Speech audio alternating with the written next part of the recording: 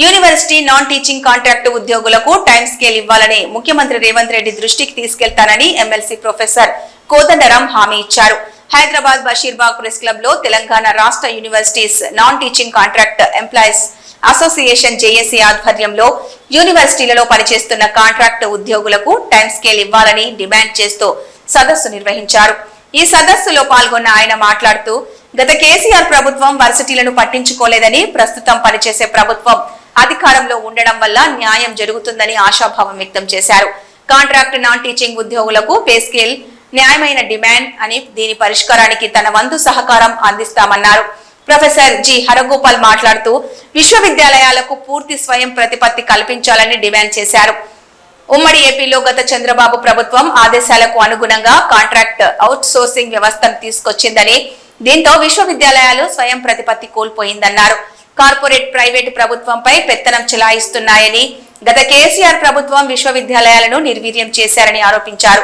వచ్చే బడ్జెట్ లో రాష్ట్ర ప్రభుత్వం విద్యారంగానికి 15% నిధులు కేటాయించాలని డిమాండ్ చేశారు. నాన్ టీచింగ్ కాంట్రాక్టు ఉద్యోగులకు టైం స్కేల్ అమలు చేసి పూర్తి స్థాయి ఉద్యోగ భద్రత కల్పించాలని డిమాండ్ చేశారు. సుప్రీం ఇచ్చిన తీర్పుకు అనుగుణంగా సమాన పనికి సమాన వేతనం చెల్లించాలన్నారు. తెలంగాణ ఉన్నత విద్యా మండలి చైర్మన్ ప్రొఫెసర్ బాలకృష్ణారెడ్డి మాట్లాడుతూ ఉద్యోగులు స్కేల్ అడగడం న్యాయమైందని ప్రభుత్వం దృష్టికి తీసుకెళ్లి తగు న్యాయం చేస్తామన్నారు.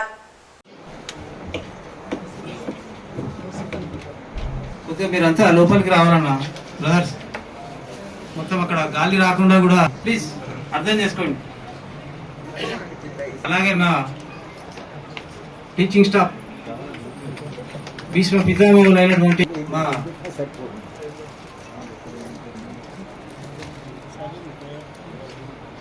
డాక్టర్ విజ్ఞప్తి చేస్తా ఉన్నాం. ఎందుకంటే మనకు కూడా సారు మన విషయాల మీద కూడా దయచేసి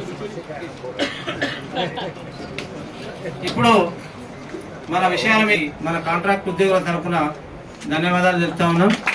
మరియు ఇప్పుడు సబ్బండ వర్గాలను కలుపుకొని తెలంగాణను సాధించినటువంటి ఒక ఏకైక వ్యక్తి, మహాశక్తి మన విజ్ఞప్తి చేస్తాం. మన విషయాల మీద పూర్తి అవగాహన సాగు ఉద్యోగుల యొక్క సమస్యల పరిష్కారం గురించి ఈరోజు ఇక్కడ ఈ సమావేశం పెట్టడం జరిగింది. పెద్దలు పురుషోత్తం సారు, తర్వాత కోదండరాం సారు, హరగోపాల్ వీళ్ళందరూ కూడా మాట్లాడడం జరిగింది. అయితే వీళ్ళ డిమాండ్స్ ఏంటంటే, నేను ఒక లా ప్రొఫెసర్గా జనరల్గా ఒక 1 year చేస్తే పర్మనెంట్ చేయాలనేటువంటి చట్టాలు కూడా ఉన్నాయి. అట్లాంటిది వీళ్ళది 15 ఏళ్ళు 20 ఏళ్ళ నుంచి కూడా వాళ్ళు చేస్తూ ఉన్నారు అనేది వాళ్ళ ప్రస్తావన వచ్చింది. అయితే ఈ యొక్క యూనివర్సిటీస్కు అటానమీ ఉంటుంది. వాళ్ళ యొక్క ఎగ్జిక్యూటివ్ కౌన్సిల్ రెజల్యూషన్స్ పాస్ చేసుకొని ఈ యొక్క సమస్య పరిష్కరించుకోవాలనేది ఇప్పుడు ఈ పెద్దలు ప్రస్తావించారు. నా ఉద్దేశంలో నేను కూడా ఒక నల్సార్ యూనివర్సిటీలో ఒక ప్రొఫెసర్గా, తర్వాత ఒక ఆల్మోస్ట్ 8.5 years రిజిస్ట్రార్గా ఉండి మా యొక్క ఎంప్లాయీస్ యొక్క నాన్ టీచింగ్ యొక్క సమస్యలు అయితే మేము పరిష్కరిస్తుంటాము. అక్కడైతే ఎవరు కానీ 3 years 4 years చేసిన వాళ్ళకి రెగ్యులరైజ్ చేయడము, వాళ్ళకు స్టేట్ గవర్నమెంట్ వచ్చేటువంటి బెనిఫిట్లన్నీ వాళ్ళకు రావడం జరుగుతుంది. మరి మిగతా యూనివర్సిటీల్లో వాళ్ళు ఎలా వచ్చారు, లేకుంటే వాళ్ళు ఎంతకాలం నుంచి కొంచెం మేము కూడా స్టడీ చేస్తాం. నేను కూడా ఈ వ్యవస్థ కొంత కొత్త కావడము, బట్ జనరల్గా వాళ్ళు పెట్టేటువంటి డిమాండ్స్ అయితే, అడిగేటువంటి డిమాండ్స్ చాలా జెన్యూన్గా ఉంటాయి. సో వాళ్ళు కూడా చాలామంది రిటైర్ అవుతున్నారు. ఒక ఉద్యోగ భద్రత లేదనేటువంటి భావన వాళ్ళలో ఉంది. సరే, మేము చేయగలిగింది ఏంటంటే గవర్నమెంట్కు ఈ యొక్క విషయాలను గవర్నమెంట్ దృష్టికి తీసుకుపోవడము, న్యాయపరంగా ఎలా ఉంటుంది, మానవత్వ పరంగా ఎలా ఉంటుంది అనేటువంటి కొన్ని విషయాలు మేమైతే government as a chairman higher education council ఇవాళ విద్యా వ్యవస్థను మనం బాగుపరచాలంటే విద్యా వ్యవస్థలో టీచింగ్ కానీ, నాన్ టీచింగ్ కానీ, కాంట్రాక్ట్ కానీ, పార్ట్ టైం కానీ అందరూ కూడా వాళ్ళు భాగస్వాములు. వాళ్ళందరి పరిష్కారాలు కూడా కొంతవరకు అయినంత వరకు మేరకు గవర్నమెంట్ పరిష్కరించాలనేది అది మా యొక్క బాధ్యత కూడా. As a chairman higher education council నేను కూడా ఇలాంటి విషయాలను ప్రభుత్వం దృష్టికి చేరవేర్చడము, వీలైనంత వరకు ప్రభుత్వానికి సలహా ఇవ్వడము, ప్రభుత్వం నుంచి మేము ఏమాత్రం వీళ్ళకు చేయగలిగినా తప్పకుండా మా వంతుగా మేమందరం కృషి చేస్తామని చెప్పి థ్యాంక్ యూ. విషయం ఏంటంటే, కొంత ఉద్యోగ భద్రత ఉంటే తప్ప పని పట్ల నిబద్ధతతో పెరగటము సాధ్యం కాదు. అవతల వైపు ఏం ఆలోచిస్తారంటే కాంట్రాక్ట్ ఉంటేనే పనిచేస్తారని, కానీ కాంట్రాక్ట్ ఉంటే చేయలేరు. పూర్తిగా వాళ్ళకు ఉద్యోగ భద్రత ఉంటే తప్ప పని మీద దృష్టి పెట్టడం, నేర్చుకోవటం, ఆ పనిలో ఎదగటము సాధ్యమయ్యే విషయాలు కావు.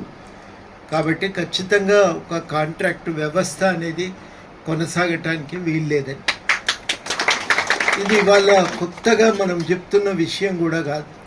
వాస్తవానికి మన దగ్గర వెనుకటికి కాంట్రాక్టు ఉద్యోగుల నియంత్రణ కోసం ఒక చట్టం ఉండేది. ఆ చట్టం కూడా ఏం చెప్పిందంటే ఎప్పుడో ఒకప్పుడు ఏదన్నా తాత్కాలికమైన పని ఏర్పడితేనే కాంట్రాక్ట్ ఉద్యోగులను పెట్టుకోవాలి.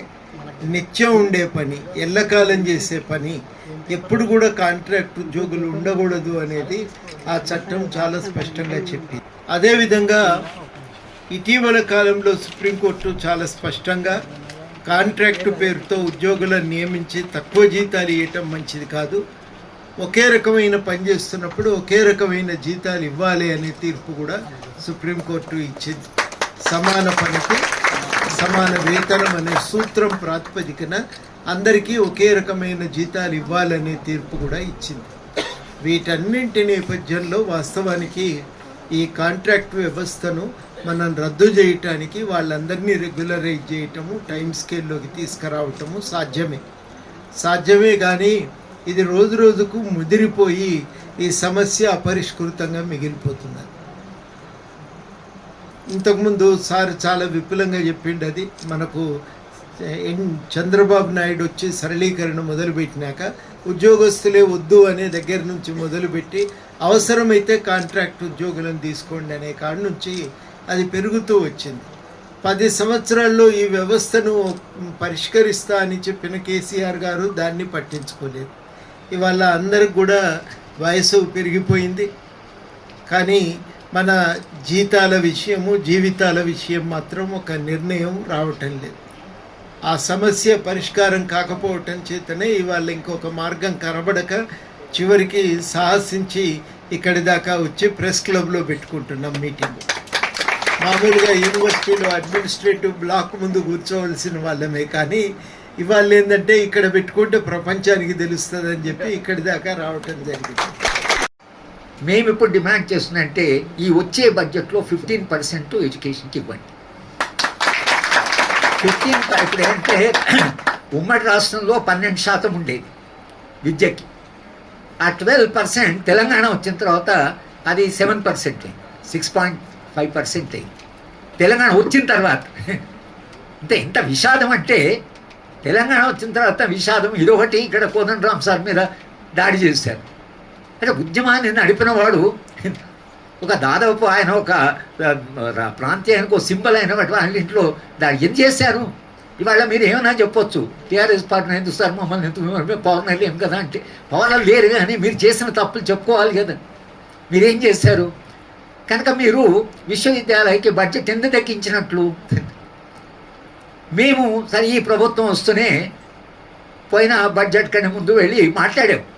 20 మంది మేము వెళ్ళి ముఖ్యమంత్రి గారు, ఉప ముఖ్యమంత్రి గారు ఇద్దరు గంటన్నర టైం ఇచ్చారు. వాళ్ళు ఏం చేశారంటే పెంచుతాం బడ్జెట్ కానీ 0.7 పెంచారు. అది సరిపోదనేది మా డిసప్పాయింట్మెంట్, ఉత్తరాలు రాయడం అంతా జరిగింది. కానీ 15% బడ్జెట్ చేసేప్పుడు 21,000 కోట్లు ఏదో ఉన్నాయి, అది 40,000 కోట్లు అయింది అనుకోండి. మీ సమస్య ఆటోమేటిక్గా సాల్వ్ అయిపోతుంది, కూడా ఖర్చు పెట్టాలి లేదు, అది ఆటోమేటిక్గా సాల్వ్ అవుతుంది. కనుక మేము 15% కొరకు ఫైట్ చేస్తున్నాం. సరే మీకు సెక్యూరిటీ కావాలి, సెక్యూరిటీ ఉంటే ఎప్పుడైనా మన సమస్యలు చెప్పేప్పుడు మనము చెప్పే పద్ధతి, నాకు ఉద్యమాలను చూస్తే ఇప్పుడు కాంట్రాక్ట్ లెక్చరర్స్ చూసినా, ఈ పార్ట్ టైం లెక్చరర్స్ చూసినా, మిమ్మల్ని చూసినా, మనం సమస్య చెప్పేప్పుడు విశ్వవిద్యాలయానికి ఏం నష్టం అని చెప్పాలి, మనకు నష్టమని కాదు. ఇలా అభద్రతతో కూడిన ఉద్యోగంలో ఉంటే మేము ఎంత ఎంతోజాగా కమిట్మెంట్గా ఎట్లా పనిచేయగలము, విశ్వవిద్యాలయ సమస్యల పరిష్కరించడంలో భాగస్వాములము. ఎప్పుడైనా సమస్య సమాజ పాయింట్ ఆఫ్ వ్యూ, విద్యార్థుల పాయింట్ ఆఫ్ వ్యూ, విశ్వవిద్యాలయ పాయింట్ ఆఫ్ వ్యూ నుంచి చెప్పాలి. అప్పుడు సమాజంలో మనకు సపోర్ట్ కూడా వస్తుంది. కానీ నేను అందరికీ చెప్తున్నాను, కాంట్రాక్ట్ లెక్చరర్స్ వస్తే కూడా చెప్పిన, కాంట్రాక్ట్ లెక్చరర్గా మేము ఈ కాంట్రిబ్యూషన్ చేశాం, మాకు రీసెర్చ్ అడ్వైజ్ గైడెన్స్ చేసేది లేదు. మేము విశ్వవిద్యాలయ జ్ఞానానికి కాంట్రిబ్యూట్ చేయాలని మేము ఎట్లా చేయాలి? మాది ఉద్యోగం ఉంటో లేదో ఇవాళ మేము గైడెన్స్ చేయడానికి లేదు. పిల్లలేమో చాలామంది గైడెన్స్ కావాలంటున్నారు. విశ్వవిద్యాలయం సమర్థవంతంగా నడపాలంటే మాలాంటి వాళ్ళకు మీరు పనిచేస్తే మేము భద్రతతో కూడి కమిట్మెంట్తో పనిచేస్తాము. అది మా విద్యార్థులకు, మా విశ్వవిద్యాలయానికి, సమాజానికి అవసరం. మనం ఓ సోషల్ పాయింట్ ఆఫ్ వ్యూ చూడాలి, సమస్యని ఎప్పుడైనా ప్రజల తరఫున చూడాలి. కనుక మనం ఇవాళ ఆర్గ్యూ చేయవలసిందైనా, ప్రభుత్వంతో ఆర్గ్యూ చేయవలసిందైనా, మీరు ఎందుకు ఇవాళ మనం రెగ్యులైజ్ చేయాలంటే మాకు మోటివేషన్ కావాలి, ఇంకా మాకు 10-15 ఏళ్ళ సర్వీస్, విశ్వవిద్యాలయానికి మా ఛాయాశక్తులు మేము ప్రయత్నం చేస్తాము. విశ్వవిద్యాలయాలు చాలా దయనీయమైన స్థితిలో ఉన్నాయి. తెలంగాణ విశ్వవిద్యాలయం పునరుద్ధరించడానికి మాకు కూడా ఒక భద్రత ఇవ్వడం అనేది ఇప్పటి అవసరము. విశ్వవిద్యాలయ భవిష్యత్ దృష్ట్యా కూడా మాకు భద్రత కలిగినట్టు ఉద్యోగం ఇవ్వండి అనే ఆర్గ్యుమెంట్ మనం పెడితే దాన్ని సమాజంలోకి తీసుకుపోవడం, సరే మాకు వీలైనంతగా ప్రభుత్వం దగ్గరికి తీసుకుపోవడం, తర్వాత ప్రభుత్వానికి చెప్పడం అనేది వాళ్ళ అవసరం అయిపోయింది కాబట్టి. కానీ విశ్వవిద్యాలయ వైస్ ఛాన్సలర్ కూడా ఈ సభాముఖంగా నేను అప్పీల్ చేస్తుందంటే మీకు చాలా పవర్స్ ఉంటాయి.